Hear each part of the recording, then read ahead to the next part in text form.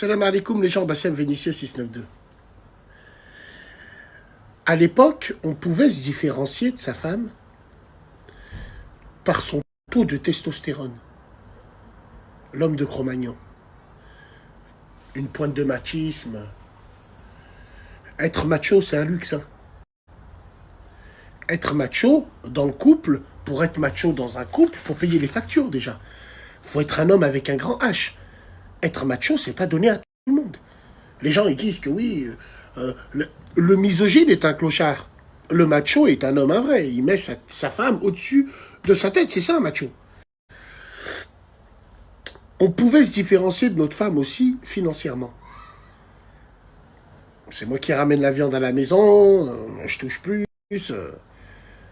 Maintenant, dans ce monde de woke, on peut plus rien faire. Et aujourd'hui, je vous le dis, là je reviens par rapport au reportage que j'ai mis. Si dans ton couple, ta femme gagne plus que toi, t'es un homme mort, t'es insoumis. Je préfère finir tout seul, toute ma vie. Je préfère aller, limite, voir des tapins à 10 € avec une bougie tous les week-ends que d'être avec une femme qui gagne plus que moi. C'est jamais bon une femme qui a le pouvoir. Une femme, faut pas lui donner le pouvoir dans quoi que ce soit. Puisque une femme, c'est la meilleure. C'est la meilleure dans les conseils. C'est la meilleure. Celle qui te murmure à l'oreille. Les femmes qui murmurent aux grands hommes. Mais une femme, tu vas lui donner le pouvoir, il faut pas. Rien que parce que génétiquement, elle a ses règles. Donc elle est folle. Donc elle est bourrée d'hormones, bourrée d'émotions. Elle va pas savoir gérer. Un jour, si elle est présidente, un jour, elle va dire, go pour la peine de mort, et le lendemain, elle va dire non. Une femme, c'est trop émotionnel pour diriger. Et surtout, quand ça dirige, une femme, c'est machiavélique. C'est comme ça, c'est dans ses gènes. Et c'est pour ça qu'on l'aime. C'est pour ça qu'il faut surtout pas que c'est elle qui gère. Alors oui, c'est un problème dans le couple. Une femme qui gagne plus d'argent, vous avez vu les stats, une femme qui gagne plus d'argent que son homme, elle finit par divorcer. Oui, mais Bassem, l'homme qui gagne plus d'argent que sa femme finit par la tromper, entre guillemets. Oui, mais il reste avec elle. Alors que la femme, elle, dès qu'elle a du pouvoir, elle va tout de suite chercher celui qui a plus de pouvoir qu'elle. C'est comme ça, c'est génétique. Que vous le vouliez ou non. Donc, tous les gens qui sont en couple et que ça leur gêne pas que leur femme gagne plus qu'eux, vous vous démerdez. Mais pour moi, vous êtes des soumis. Ouais, mais ma femme, c'est pas vrai, c'est la meilleure, elle gagne plus que moi, mais à la maison, elle fait son rôle, t'es insoumis. Psychologiquement, t'es soumis à elle. C'est comme ça que ça marche. Psychologiquement, elle a un ascendant sur toi. C'est comme ça. C'est comme la nature. La nature a horreur du vide.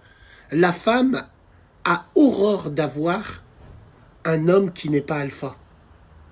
Que tu le veuilles ou non. Attention, le mâle alpha, ça veut pas dire « Oh, bagarre! Oh, le mâle alpha! Oh, moi, je suis un bonhomme! » Oh, non, quelqu'un qui s'affirme dans le couple, quelqu'un qui prend les décisions, quelqu'un qui fait le planning, quelqu'un qui dit « Viens, on y va!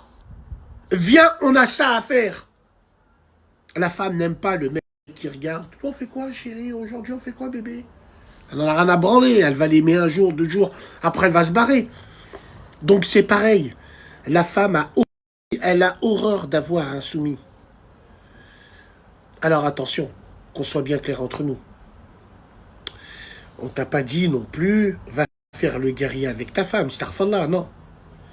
Fais le lion dehors, mais chez toi, quand tu rentres chez toi, t'es un agneau. C'est comme ça que ça marche. Faut être un agneau à la maison, faut être un lion dehors. Mais il y a des clochards, ils font les lions avec leurs femmes à l'intérieur. Et à l'extérieur, c'est des gros agneaux et des gros tahan. Non. Je t'ai juste dit, le fait est que ta femme gagne plus que toi. Psychologiquement, elle sera beaucoup plus assise dans le couple. C'est comme ça. Les vibes feront que elle prendra un ascendant psychologique parce que les femmes, elles sont comme ça. Je prends souvent cet exemple-là. J'ai un briquet là. je le fais tomber par terre, sans faire exprès. Et ma femme, elle travaille pas. Donc elle nettoie, elle prend le briquet, elle le pose sur la table. Imagine-toi, je fais tomber mon briquet sans faire exprès, ma femme, elle travaille. Elle va ramasser, elle va prendre le briquet, elle va me faire une réflexion.